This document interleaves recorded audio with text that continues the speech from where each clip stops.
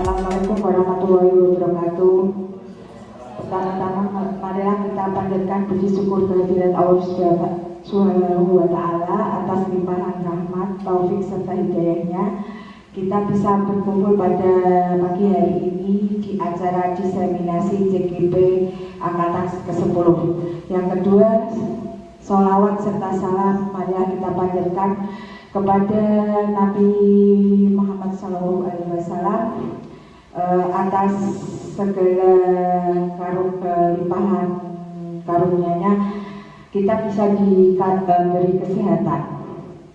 Marilah kita mulai acara pada pagi hari ini, yaitu diseminasi CGP Angkatan ke-10. Adapun susunan acara yang pertama pembukaan, yang kedua sambutan dari Kepala Sekolah SD Negeri Batarjo II, yang ketiga sambutan dari CGP Angkatan ke-10, yang keempat adalah pemaparan atau penyampaian materi dengan judul budaya positif, yang kelima yaitu penutup. Marilah kita buka acara pagi hari ini dengan bacaan basmalah. Bismillahirrahmanirrahim. Acara yang kedua yaitu sambutan dari Kepala Sekolah. Kepada beliau kami persilakan. Assalamualaikum warahmatullahi wabarakatuh. Waalaikumsalam warahmatullahi wabarakatuh. Salam sejahtera bagi kita semua. Ibu dan Bapak Guru yang kami hormati, pada pagi hari ini panjenengan semua mendapatkan undangan dari salah satu rekan kita, Bapak Miftahul Huda SPD, dalam rangka memenuhi salah satu program guru penggerak angkatan ke-10. Ibu dan Bapak Guru yang saya hormati, program guru penggerak merupakan salah satu program dari pemerintah, di mana program tersebut sangatlah penting bagi guru. Kenapa demikian? Mengikuti perkembangan teknologi, perkembangan tumbuh kembangnya anak dari tahun ke tahun sangat mengkhawatirkan, sehingga perlu berbagai cara, metode, dan kreativitas. Maka dari itu, marilah dengan adanya program guru penggerak dari pemerintah, mudah-mudahan kita semua sebagai guru bisa menjadi penggerak pendidikan untuk yang lebih maju bagi anak didik kita. Judul diseminasi pemahaman dan pengalaman penerapan budaya positif di sekolah.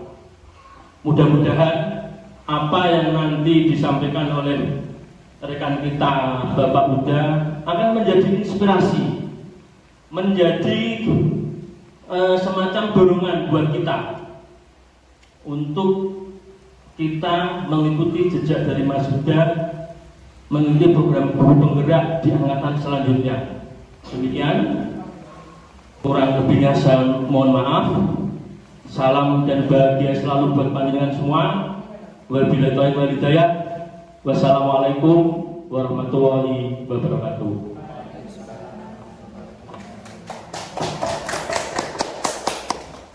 Terima kasih Pak atas waktunya memberi semangat dan dorongan untuk mengikuti program CGP Angkatan selanjutnya. Yang ketiga yaitu sambutan dari CGP Angkatan 10, yaitu Bapak Miftahul Huda. Waktu dan tempat saya persilakan. Assalamualaikum warahmatullahi wabarakatuh. Bismillahirrahmanirrahim. Sebelumnya marilah kita panjatkan puji dan syukur atas kehadirat Allah Subhanahu wa Ta'ala, di mana di pagi hari ini kita dapat bertemu dalam keadaan sehat walafiat, tidak ada kurang suatu apapun. Salawat serta salam senantiasa kita junjungan kepada Nabi Agung Muhammad SAW, yang kita nantikan syafaatnya kelak yaumul qiyamah. Amin amin ya rabbal alamin. Yang terhormat Bapak Kepala Sekolah SD Negeri Batarjo II yang kami hormati, beserta rekan-rekan semua rekan-rekan guru semua SD Bangkarejo 2 yang kami hormati, dan tak lupa atas kesediaan waktunya yang sudah berkenan hadir di pagi hari ini ya.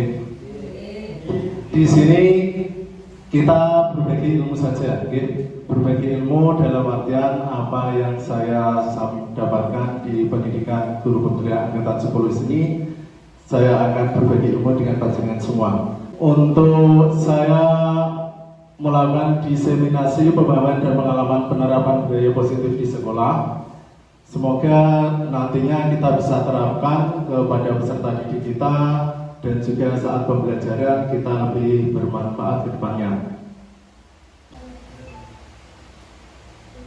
Perkenalkan, di sini ada fasilitator kami yang kelompok 10, Bapak Jasman, salah satu fasilitator kita di CGP Angkatan 10. Kemudian ada saya sendiri, CGP Angkatan 10 dari SD Bangkarejo 2. Untuk yang sebelahnya ada Bu Dian Ilyasari, ini merupakan pengajar praktek CGP Angkatan 10, khususnya di kelompok saya ini terdiri dari 5 orang.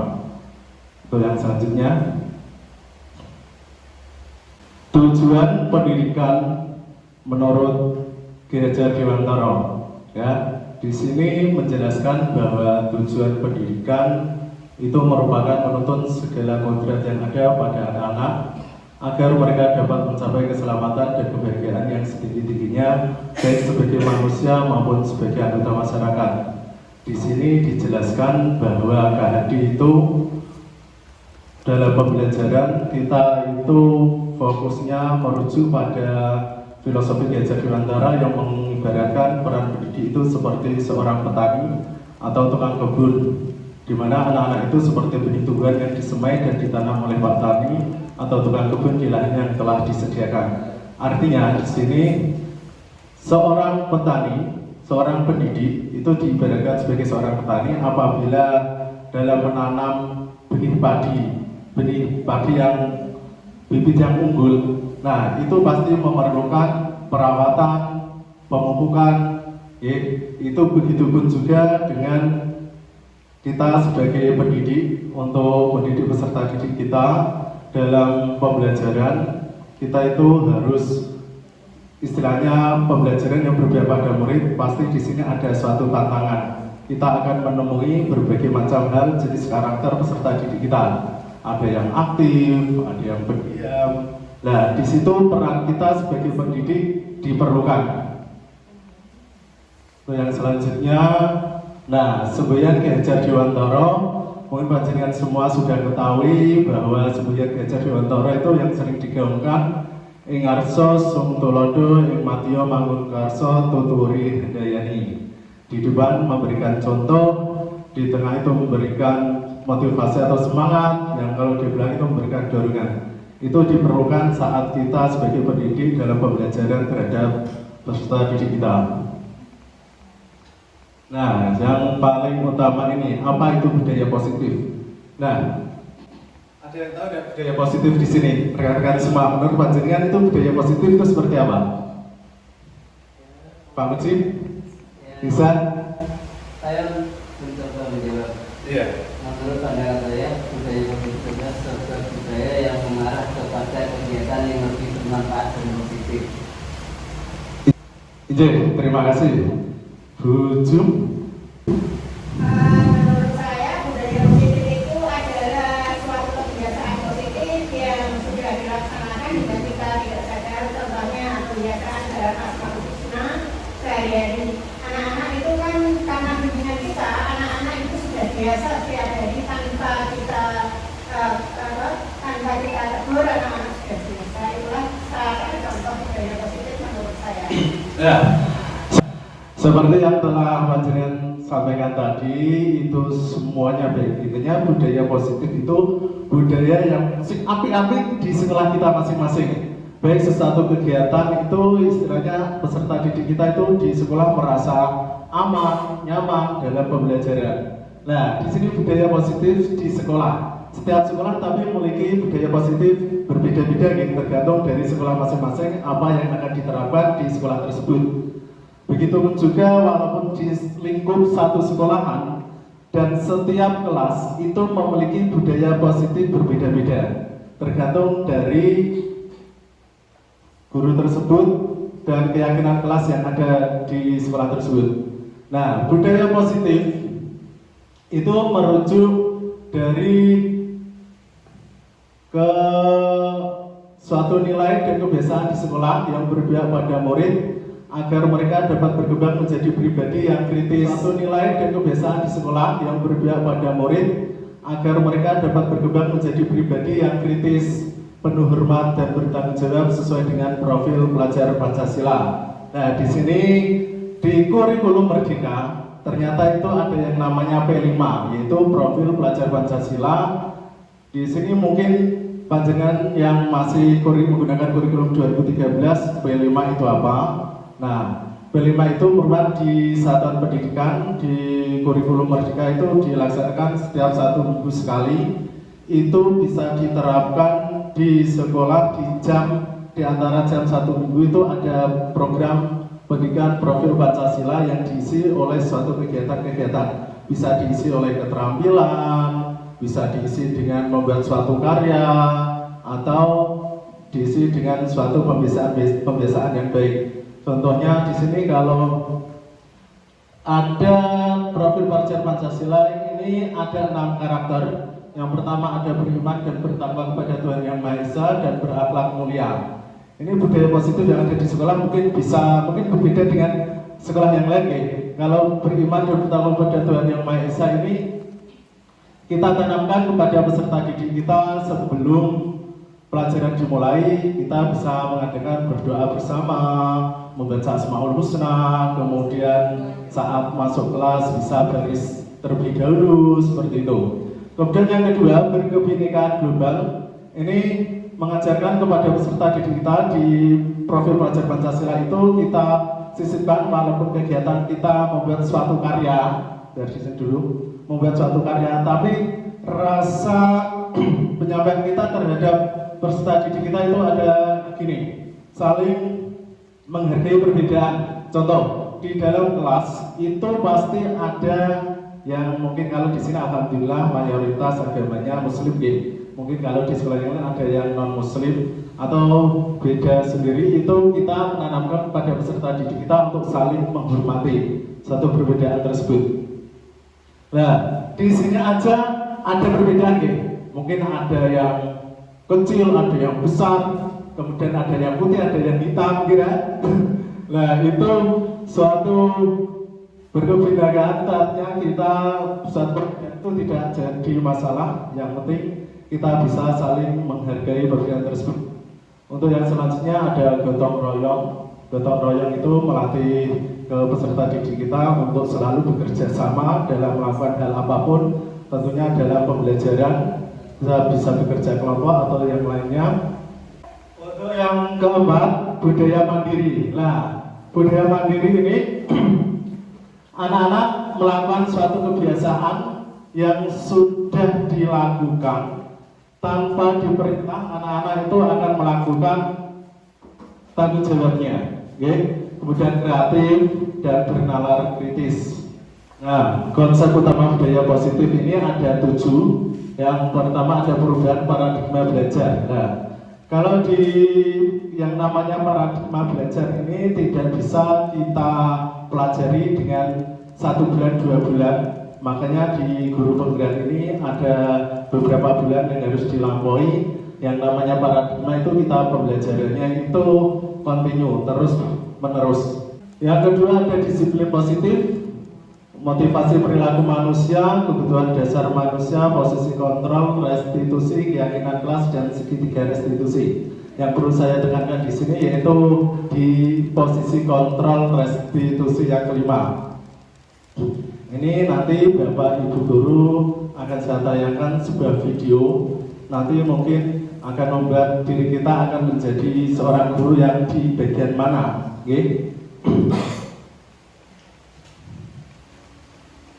Ya, ini Bapak Ibu Guru, perhatikan.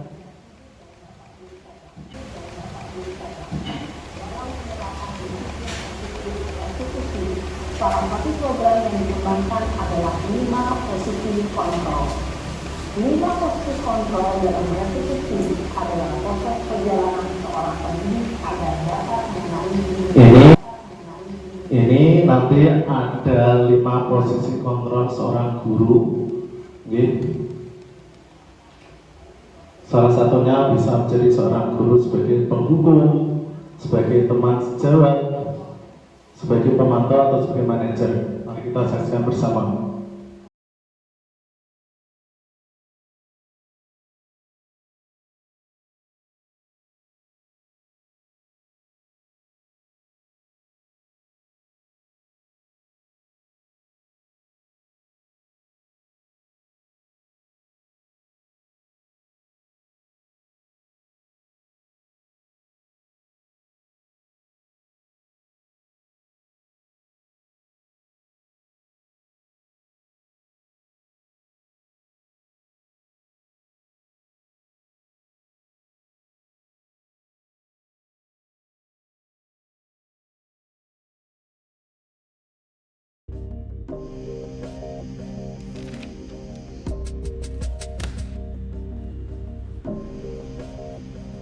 Naren! Sini kamu! Selamat pagi, Bu. Selalu terlambat. Kamu deh, pasti terlambat. Maaf, Bu. Saya... Apa? Apa coba? Alasan kamu apa lagi? Kapan sih kamu tidak terlambat? Malas sekali ya kamu jadi anak. Saya... Dasar pemalas. Gak kapok-kapok sih kamu. Sudah berapa kali terlambat? Sana, kamu keliling lapangan basket 2 kali. Kenapa saya harus keliling lapangan basket, Bu? Kenapa? Kamu mau lawan ibu? Berani-beraninya jawab. Sudah terlambat, masih berani jawab pula. Sekarang, keliling lapangan basket 5 kali sekalian. Biar kapok. Cepat! Pergi sana ke lapangan basket.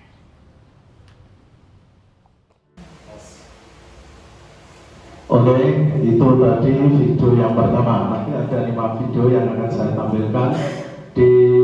Sebagai guru itu ada 5 posisi kontrol yang harus kita miliki, tapi kita nanti merujuknya ke posisi manajer. Tapi di sini akan saya jelaskan 5 posisi kontrol. Apakah nanti kita akan menjadi seorang guru yang sebagai penghukum terus atau apa? Padahal di sini suatu hukuman itu apabila di sini suatu hukuman saya jelaskan, mungkin kita berbagi, mungkin apa yang saya sampaikan bisa benar atau bisa salah, tapi menurut yang kami pelajari di guru bergerak angkatan 10, untuk guru sebagai penghukum itu harus kita hindari. Kalau kita anak melakukan suatu kesalahan, dia tidak jerahnya itu hanya sementara, pasti akan kembali melakukan suatu hal yang dilarang. Dari pemaparan video tadi, seorang guru memberikan hukuman kepada siswanya yang datang terlambat. Pertama, diberikan hukuman untuk mengelilingi lapangan sebanyak 1 kali. Kemudian murid tersebut menjawab, malah ditambahi sebanyak tambah 5 kali. Nah, dengan diberikan hukuman tersebut, anak itu akan menjadi istilahnya punya pemikiran, wah, saya dihukum oleh guru saya ya. Terus berarti saya merasa bersalah. Besok lagi saya tidak akan melakukan kesalahan tersebut. Tapi itu hanya bersifat sementara.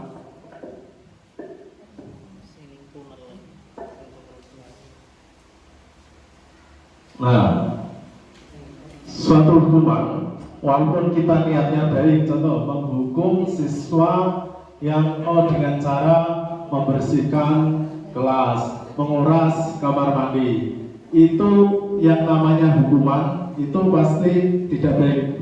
Ternyata ada cara yang lain selain memberikan hukuman kepada peserta didik kita yang salah. Oke, untuk yang selanjutnya, video yang kedua, posisi kontrol yang kedua. Bisa dilanjut tuh. Ya, posisi pembuat merasa bersalah dari kalimatnya kita perhatikan ya.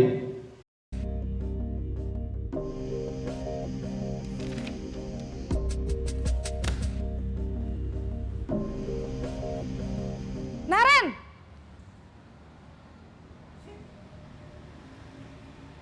Selamat pagi, Bu. Naren. Kamu kenapa terlambat lagi, Nak? Ya Tuhan, Naren. Kamu senang ya bikin ibu susah ya? Kalau kamu terlambat lagi, nanti ibu yang ditegur bapak kepala sekolah, Nak. Disangka ibu tidak bisa membina kamu. Duh, gimana ini? Maaf, Bu.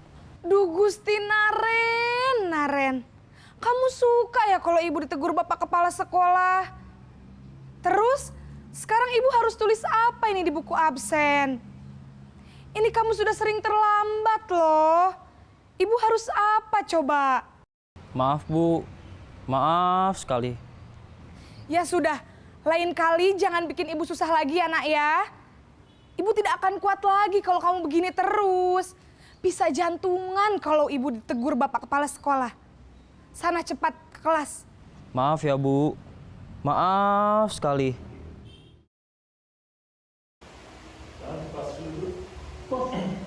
Oke, dari dua video tadi, dari posisi kontrol sebagai guru sebagai penghukum dan guru sebagai yang anak merasa bersalah. Kira-kira ada yang ingin panjenengan tanyakan nggak di situ dari dia tampilan video itu? Mungkin Bapak Ibu sebelum dilanjut. Mungkin ada yang bisa setujukan dengan posisi guru sebagai penghukum di sini. Dan yang kedua, apakah jenengan setuju atau tidak apabila sebagai pembuat rasa bersalah terhadap siswa? Itu bagaimana, Pak Mujib? Kalau dilihat dari dua video tadi, ini dari dua video tadi ya Pak ya. Saya cenderung yang lebih ke pilihan yang kedua. Karena di sini guru menyampaikan dengan kalimat yang sedikit lebih halus dan tidak ada hukuman secara fisik maupun verbal. Begitu, terima kasih. Terima kasih Bapak Mujib atas partisipasinya tadi. Ini baru dua tayangan video nih. Untuk yang pertama dengan yang kedua ya sama bagusnya. Sesuai sekali kalau untuk memilih yang pertama sama yang kedua pasti memilih yang kedua. Ini tapi belum menginjak ke video yang ketiga, keempat dan kelima gimana? Nah, dari tayangan video tadi bisa kita katakan kalau kita sebagai pendidik itu ternyata begini. Dalam penyampaian ke peserta didik kita dari kata-kata kita, kalimat kita, gestur tubuh kita itu ternyata dinilai semua oleh peserta didik kita gitu Bapak Ibu. Karena kita itu sebagai contoh. Kalau seorang guru dengan memberikan hukuman kepada siswa kita dengan marah-marah, dengan marah-marah, dengan mengatai, menunjuk-nunjuk, lah suatu ingatan apalagi anak SD ini, ingatannya itu akan terus mengingat terus apa yang pernah dialaminya. Itu kita sama saja tidak menanamkan manusia yang merdeka. Artinya peserta didik kita itu merdeka belajar tanpa suatu tekanan, tanpa suatu paksaan. Dan di lingkungan sekolah kita itu harus menciptakan lingkungan tadi yang aman, nyaman buat peserta didik kita. Untuk yang kedua, posisi kontrol sebagai murid merasa bersalah. Kita seolah-olah sebagai guru itu merasa paling benar. Dan suatu kesalahan itu berada di siswa tersebut. Dengan kalimat yang tadi telah disampaikan, bagaimana ibu ini harus bilang ke kepala sekolah, Naren. Nah, itu seolah-olah murid tersebut paling bersalah, kesalahan berada di siswa tersebut. Baiklah Bapak Ibu, dari 5 video tayangan tadi telah disampaikan kepada rekan kita yang diantara memilih 5 posisi kontrol yang sebagai manajer. Ya, nanti sebenarnya arahnya kita itu ke situ Bapak Ibu. Sebagai seorang pendidik di 5 posisi kontrol kita itu harus sebagai manajer. Agak mundur sedikit itu nanti kita sebenarnya bisa sebagai pemantau. Diusahakan di sini kita sebagai pemantau, kalau tidak bisa sebagai manajer. Jangan pernah untuk menjadi sebagai penghubung atau sebagai teman atau sebagai tadi merasa bersalah. Jadi kita usahakan di nomor yang keempat dan kelima sebagai pemantau dan juga sebagai manajer. Kalau sebagai manajer mungkin kita pasti akan lebih perfect kayaknya, bisa tidak ya menjadi seorang pendidik yang istilahnya terhadap peserta didik kita lebih baik lagi. Nah, di sini selanjutnya Bu. Nah, dan selanjutnya ini adalah perubahan paradigma belajar. Nah, di sini saya akan meminta dua rekan guru atau mohon bantuannya teman G. Sebelumnya siapa yang mau untuk membantu saya dua rekan? Silakan Pak Cik, Pak Haji. Bisa oke? Dengan ujung atau dengan yang lain?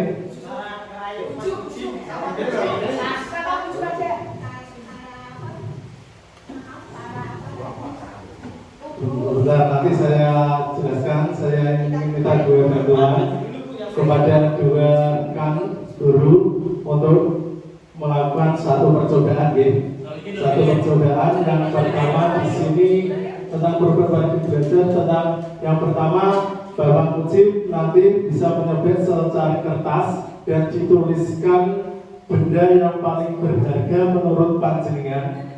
Kemudian nanti Pak Mujib akan menggenggam secari kertas tersebut dan teman yang satu berusaha untuk mendapatkan apa yang dimiliki oleh Pak Mujib.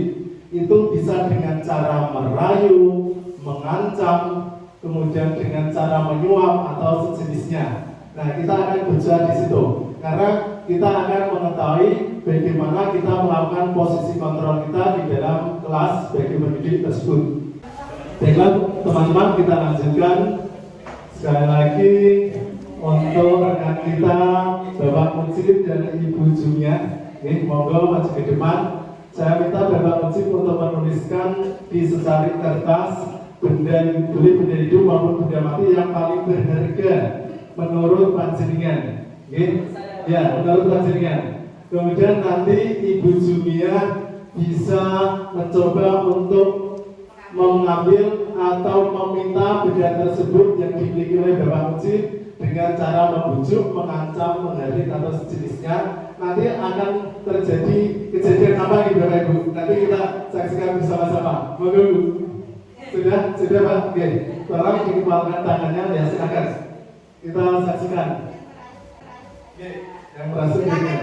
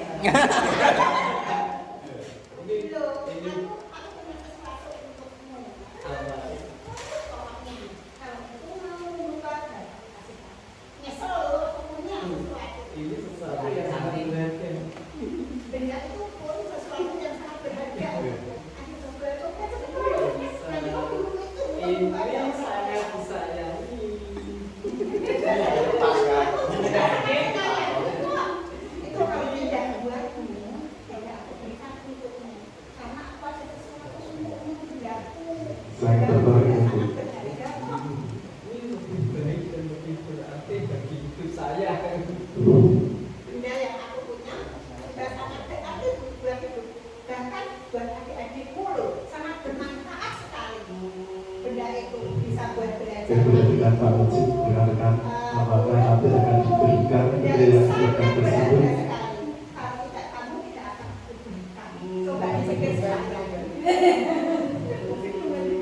Ayo Pak Mujib. Ini lebih berarti lagi. Mas Mujib tidak mau nama baik sekolahmu. Kamu nak trik masalahnya. Oke.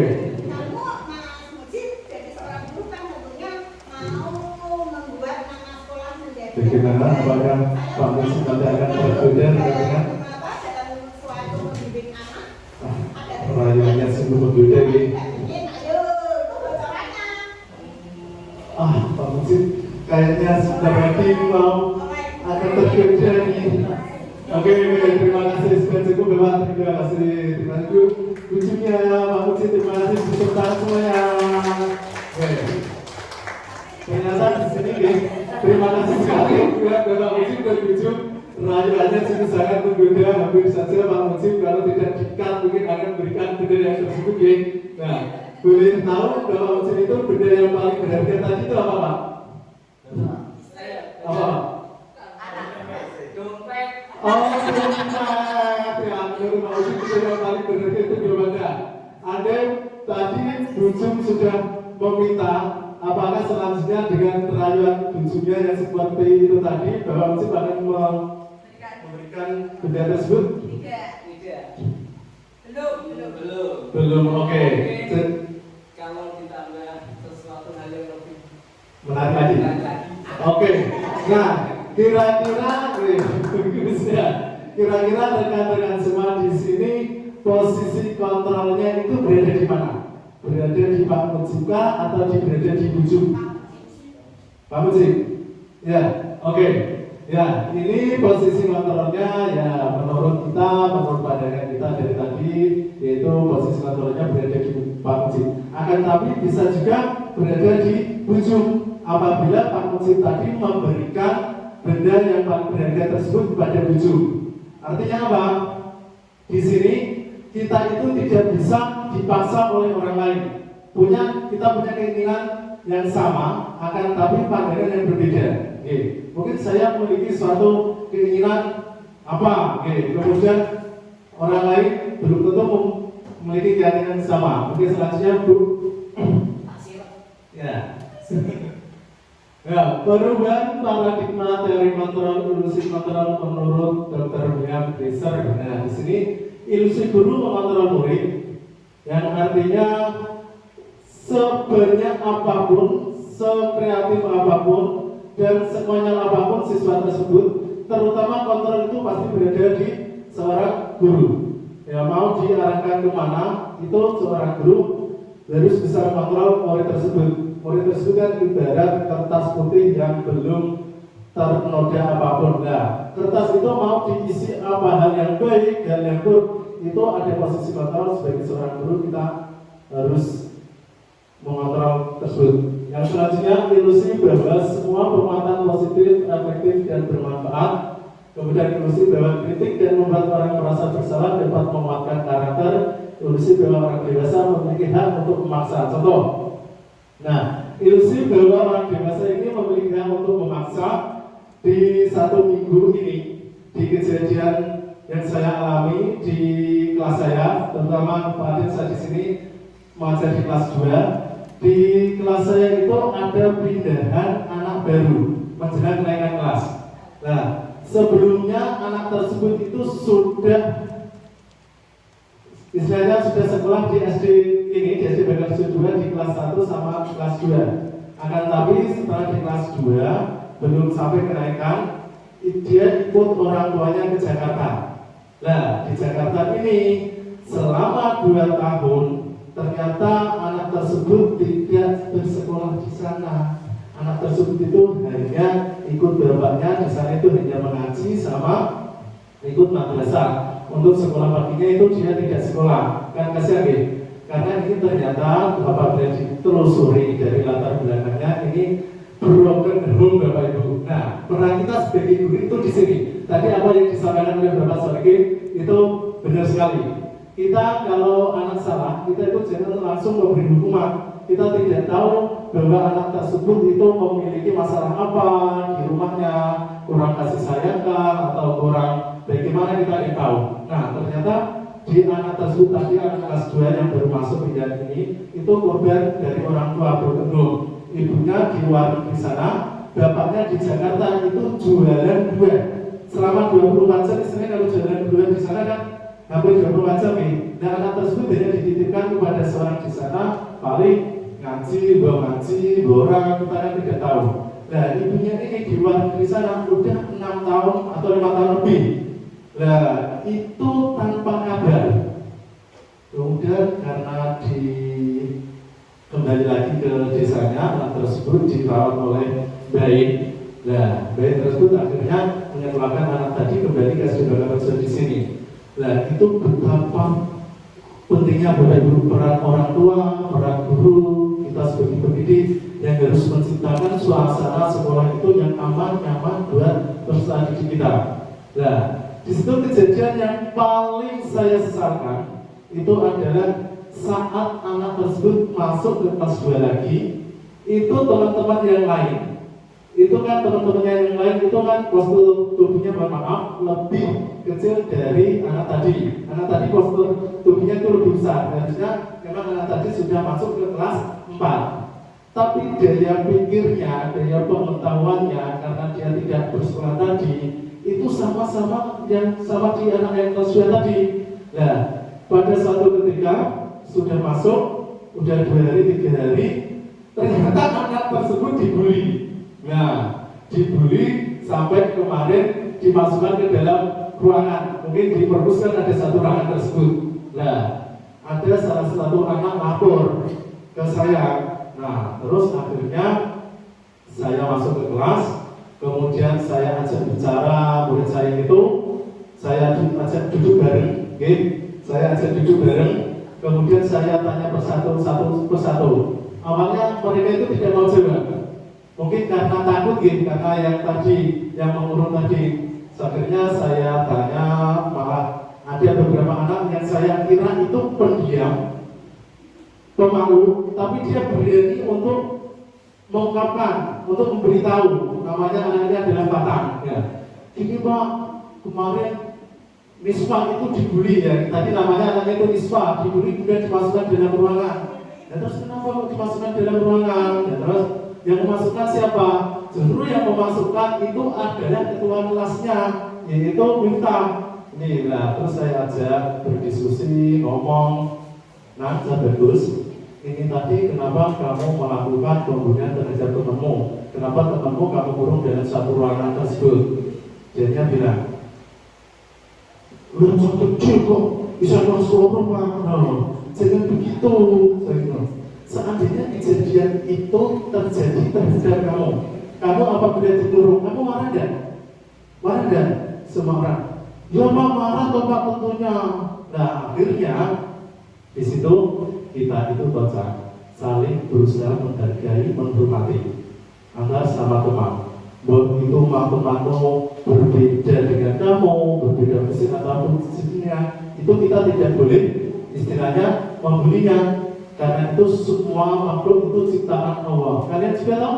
Nah, di sini justru kamu lihat temanmu, coba temanmu pakai sepatu semua, tapi kamu tidak pakai sepatu, seperti gitu. Apabila kamu saya gilikan, ketua langsung pakai sepatu, marah enggak? Jangan marah enggak? Untuk itu makanya kita itu harus saling jaga perasaan teman kita. Nah, waktu itu mari kita bersama-sama saling meminta maaf kepada teman kita. Akhirnya anak tersebut saya suruh minta maaf kepada siswa tadi, sehingga tidak terjadi perpecahan kelas, tidak terjadi pertengkaran antara sama teman. Nah, itu adalah pentingnya posisi kontrol kita sebagai seorang guru, sebagai seorang pendidik. Jadi kita tidak tahu apa latar belakang peserta didik kita, pasal tadi kalau ada suatu kesalahan jangan kita langsung memberikan suatu hukuman. Ada kok banyak cara yang lain selain memberikan hukuman. Oke, yang selanjutnya dulu. Nah, perubahan paradigma stimulus respon dari kontrol. Siapa sesungguhnya yang memiliki kontrol? Nah, di sini tadi sudah dicontohkan oleh rekan kita 2 orang tadi, Pak Ucit sama Bujung. Stimulus respon sama teori kontrol.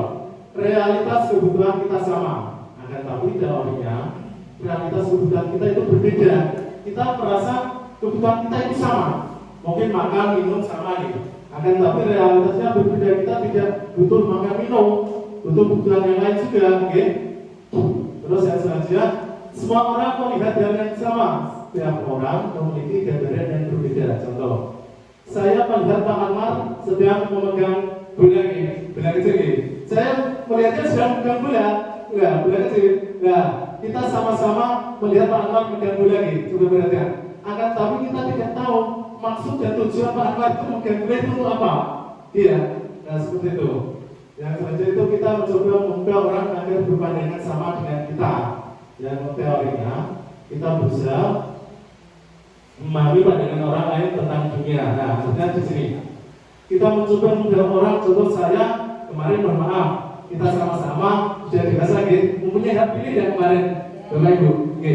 Dalam memilih hak pilih seorang presiden dan wakil presiden, oke, ada pilihan A dan B, dengan nomor 1 sama nomor 2. Kita itu tidak boleh memaksakan kehendak kita saja saat kita pilih nomor 1. Teman saya harus pilih, kamu harus ikut pilihan saya nomor 1. Kita tidak boleh memaksa, karena mereka itu punya pilihan tersendiri. Kita punya pengatur mereka sendiri. Nah, seperti itu. Selanjutnya, Bu, perilaku buruk dilihat sebagai suatu kesalahan. Semua perilaku memiliki tujuan. Nah, kita menganggap selama ini apabila peserta didik kita melakukan suatu tindakan yang bersalah, suatu tindakan yang lain daripada yang lain, artinya yang tidak sesuai dengan kesepakatan atau peraturan yang ada di sekolah, itu pasti kita akan merasa anak itu bersalah. Contoh ini, contoh pada saat upacara bendera, kita menyuruh kepada peserta didik kita untuk memakai pakaian lengkap, atribut lengkap. Oke. Kemudian ada peserta didik yang tidak memakai topi kah, atau tidak memakai kaos kaki kah. Nah, itu mungkin kita beri hukuman, diberikan barisan yang disediakan. Akan tetapi itu ternyata buat peserta didik itu kita akan membuat peserta didik itu merasa, ya Allah, saya itu kok dihukum, merasa malu, nanti dia akan ingat dengan salah tersebut. Nah, tapi kalau sudah suatu kewajiban tata tertib yang ada, peserta didik tersebut pasti punya alasan kenapa tidak memakai atribut yang lengkap. Nah, seperti itu. Oke, selanjutnya disiplin positif. Nah, saya mau tanya pada Bapak Ibu lagi, makna disiplin bagi Bapak Ibu itu dalam pembelajaran itu gimana? Makna disiplin? Mungkin Bu Is bisa menjelaskan.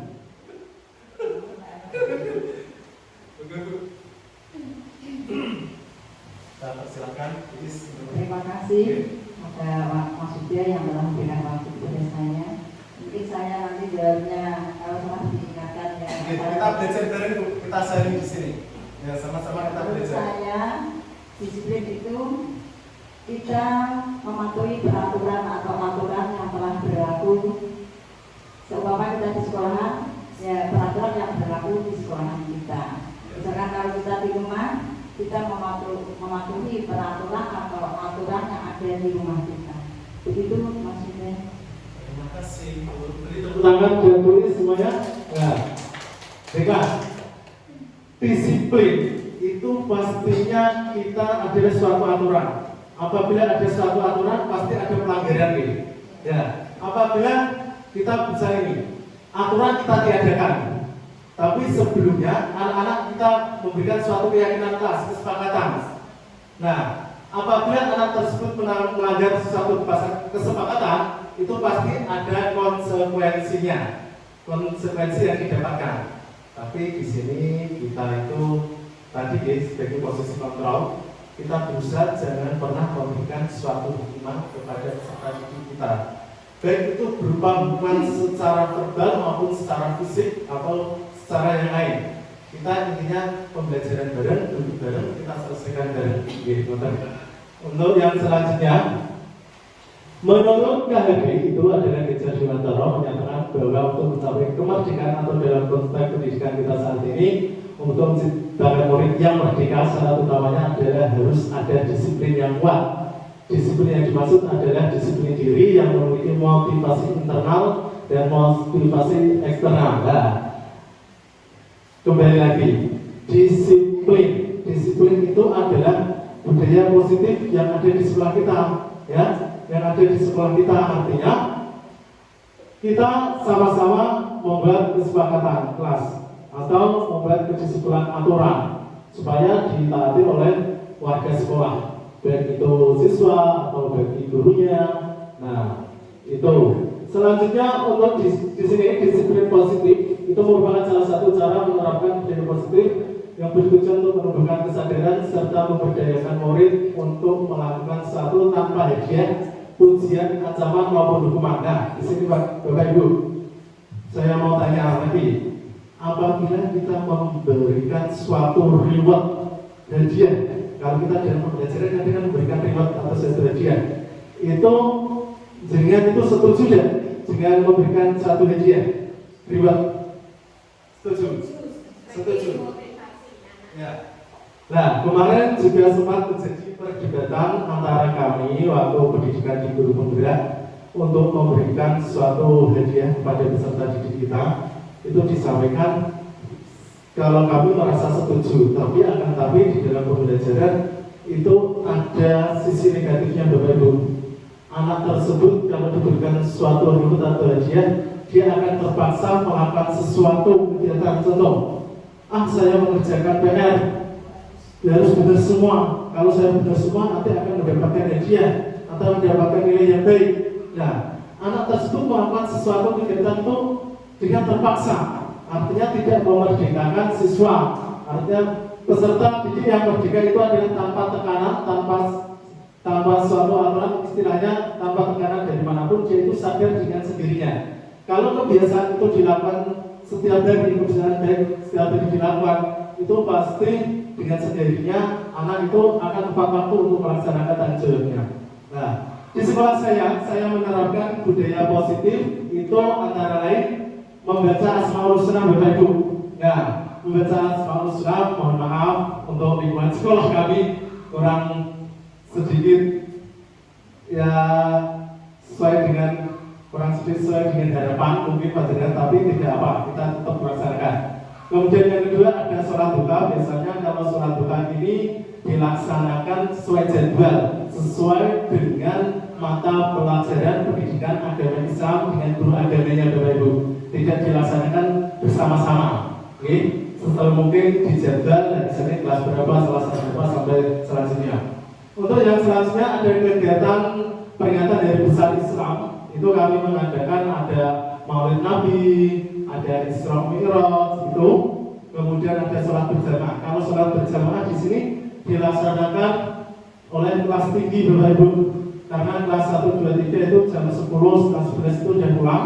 Kalau kelas tinggi 4, 5, 6 itu pulangnya siang jam 12 lebih, jadi bisa sholat berjamaah. Kemudian ada kegiatan bersih-bersih, itu dilaksanakan 1 minggu sekali. Kemudian ada Jumat Sehat. Nah, di sini ada literasi Bapak Ibu. Literasi di sekolah kami atau di kelas saya mungkin mengajar di kelas rendah, saya sebelum pembelajaran dimulai 15 menit sebelum pembelajaran saya adakan untuk kegiatan literasi membaca. Itu ada di pojok baca, itu setiap kelas itu ada pojok baca, dan setiap minggu bukunya itu kami ganti-ganti supaya anak tidak bosan dalam membaca buku tersebut. Nah, ternyata kegiatan membaca ini sangat bermanfaat sekali. Anak tersebut dapat menambah suatu pengetahuan. Contoh, kalau kelas 2, kelas 3, kelas 1 di sini, fokus utamanya di sini adalah calistung, membaca, menulis, berhitung. Kalau anak sudah bisa membaca, otomatis akan bisa memahami. Dengan mungkin awalnya anak dengan melihat gambar-gambar tersebut. Selanjutnya ada kegiatan satu pekan, ada kegiatan pramuka Bapak Ibu di sekolah kami. Mungkin di sekolah yang lain dan sedikitnya juga sama. Untuk yang selanjutnya ada motivasi ekstrinsik, yang motivasi dari luar atau motivasi dari dalam. Dulu sedikit. Motivasi ekstrinsik yang berasal dari luar, di mana murid melakukan disiplin diri dikarenakan takut dihukum atau menghindari hukuman. Anak tersebut melakukan suatu tindakan, suatu aturan, tapi karena takut dihukum. Kalau saya tidak mematuhi aturan ini, saya pasti akan dihukum oleh Pak Guru atau Ibu Guru. Nah, di sini kita tidak memerdekakan murid lagi Bapak Ibu. Namanya pendidikan yang merdeka itu pendidikan tanpa tekanan, tanpa paksaan. Selanjutnya motivasi intrinsik yang berasal dari dalam diri, itu menghargai nilai-nilai kebajikan diri sendiri. Murid melakukan disiplin diri dikarenakan sadar akan nilai-nilai kebajikan dalam dirinya. Konsep disiplin dengan identitas gagal. Nah, di sini Bapak Ibu bisa perhatikan untuk hukuman, penghargaan atau hadiah yang tadi saya sampaikan.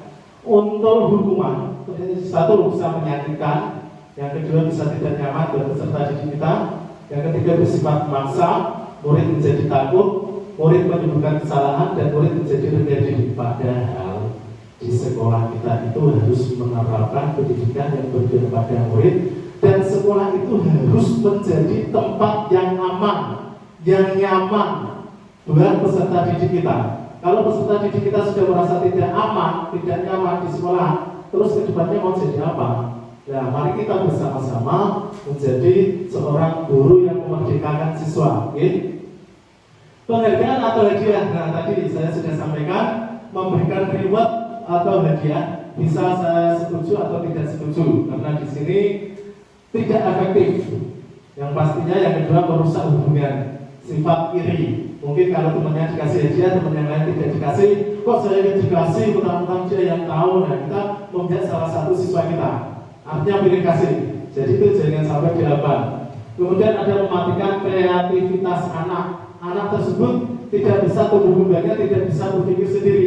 Bagaimana caranya saya melakukan corong kebijakan PR ini supaya benar semua dengan cara apapun dilakukan. Mungkin yang mengerjakan bukan mereka sendiri, kita bantuan orang tua. Nah, seperti itu. Kemudian mengurangi ketepatan, menurunkan kualitas dan penghargaan menghukum. Selanjutnya kebutuhan dasar manusia. Di sini kebutuhan dasar manusia itu ada 5 Bapak Ibu. Yang pertama pastinya kebutuhan dasar manusia. Kebutuhan dasar manusia yang selanjutnya coba. Nah ini kebutuhan untuk bertahan hidup. Yang pertama.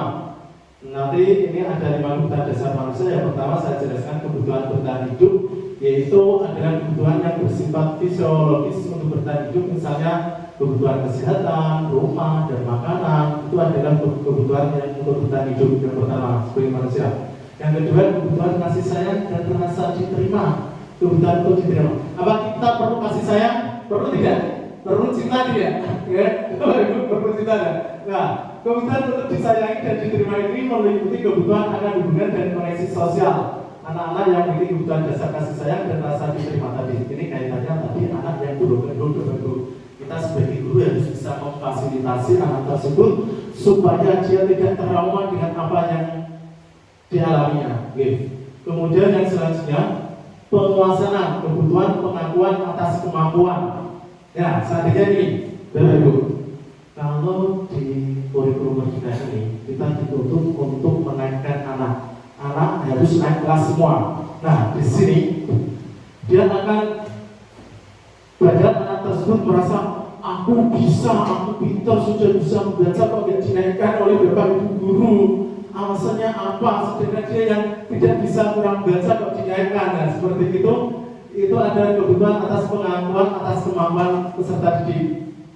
Kemudian yang keempat, kebebasan kebutuhan akan pilihan, di mana kebutuhan akan kemandirian, otonomi memiliki pilihan dan mampu mengendalikan arah hidup seseorang. Ya, kita sebagai guru harus mengendalikan peserta didik kita untuk berbeda dan budaya.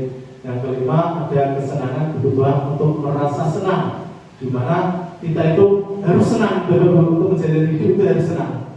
Tidak boleh sedih mulu, dan susah mulu. Kita itu harus perlu kesenangan sekali, refreshing gitu Bapak Ibu. Kalau kita banyak kerjaan, sumpah di rumah kita itu bisa refreshing. Dan seperti itu. Selanjutnya untuk posisi kontrol guru sudah saya sampaikan tadi ada 5 posisi kontrol guru.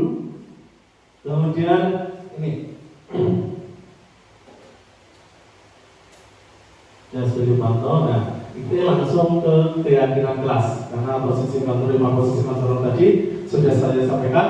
Keyakinan kelas. Nah mengapa keyakinan kelas tidak peraturan kelas? Oke Bapak Ibu kita belajar bersama. Ayo mengapa keyakinan kelas tidak peraturan kelas. Nah, di sini tadi, jadi dari kejadian di kelas saya tadi, akhirnya saya membuat suatu keyakinan kelas. Ya, tolong Bapak Mujib bisa dibantu saya untuk ini Pak.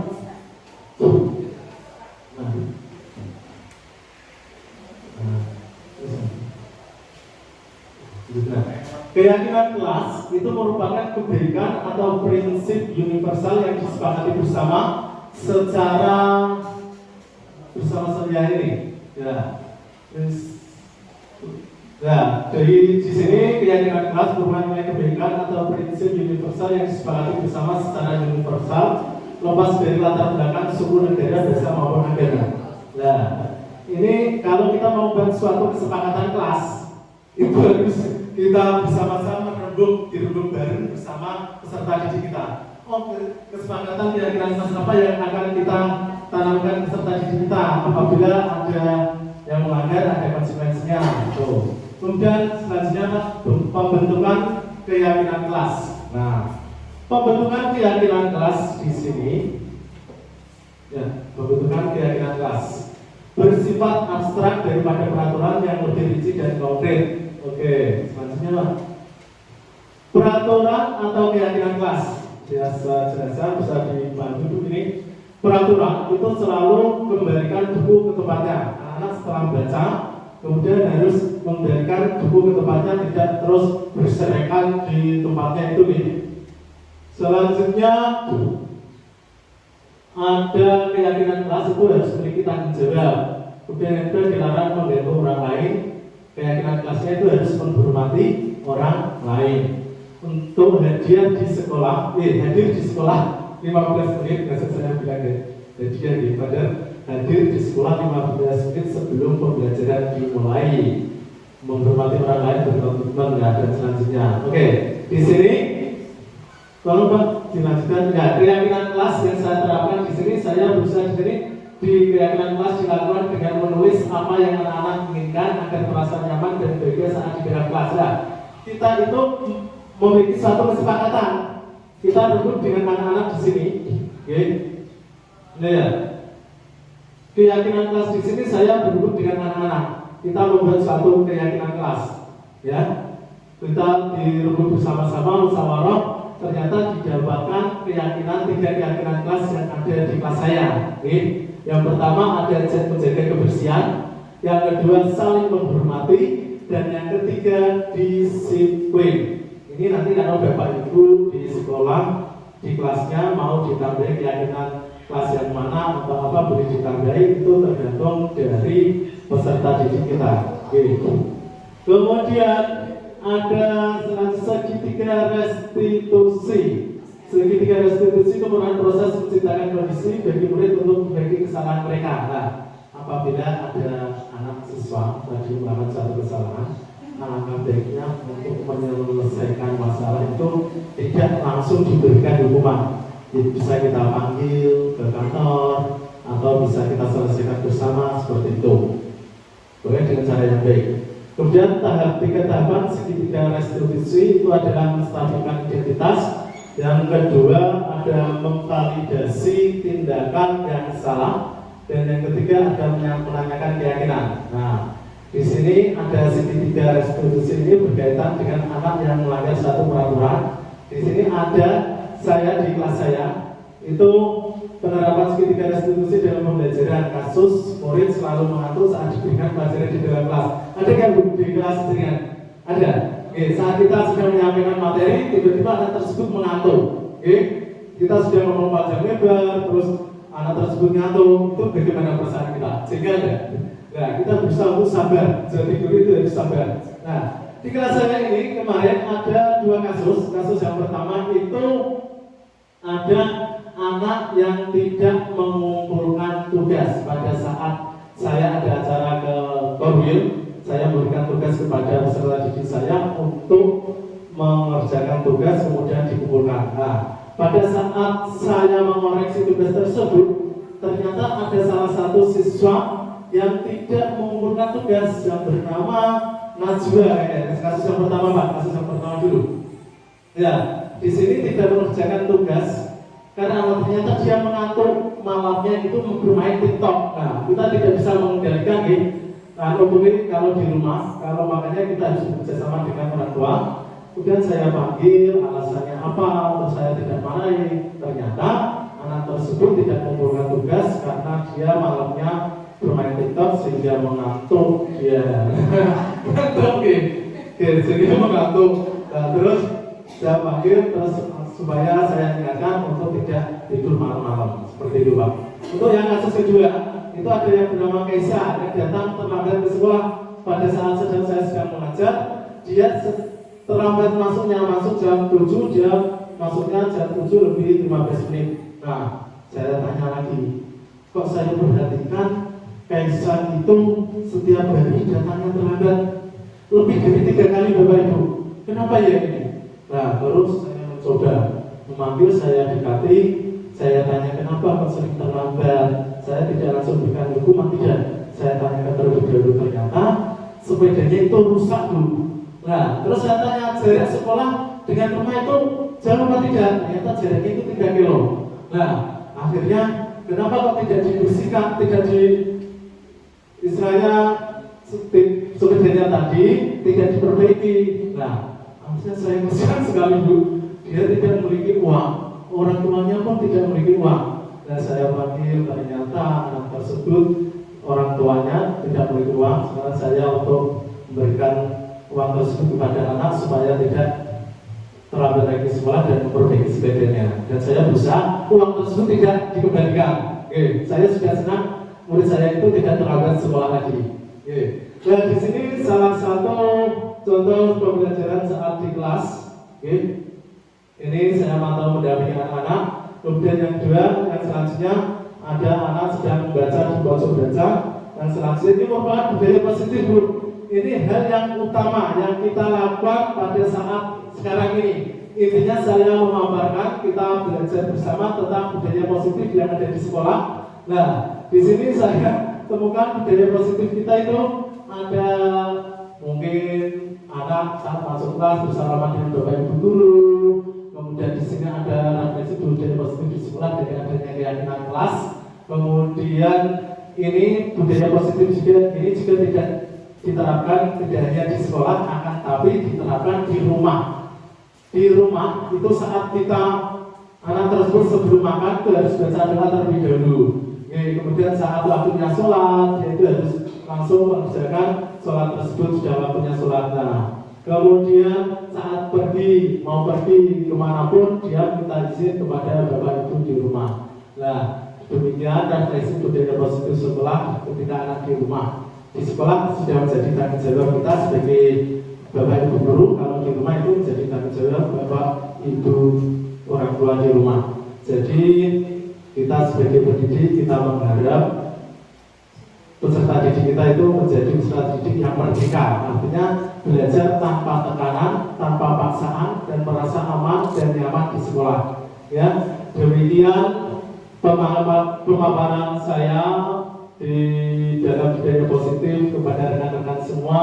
Saya ucapkan terima kasih, salam bahagia, salam guru penggerak, tergerak, bergerak dan menggerakkan. Nah, semoga kita bisa menerapkan semua apa yang kita dapatkan pembelajaran ilmu yang baru kepada peserta didik kita. Saya akhiri. Assalamualaikum warahmatullahi wabarakatuh.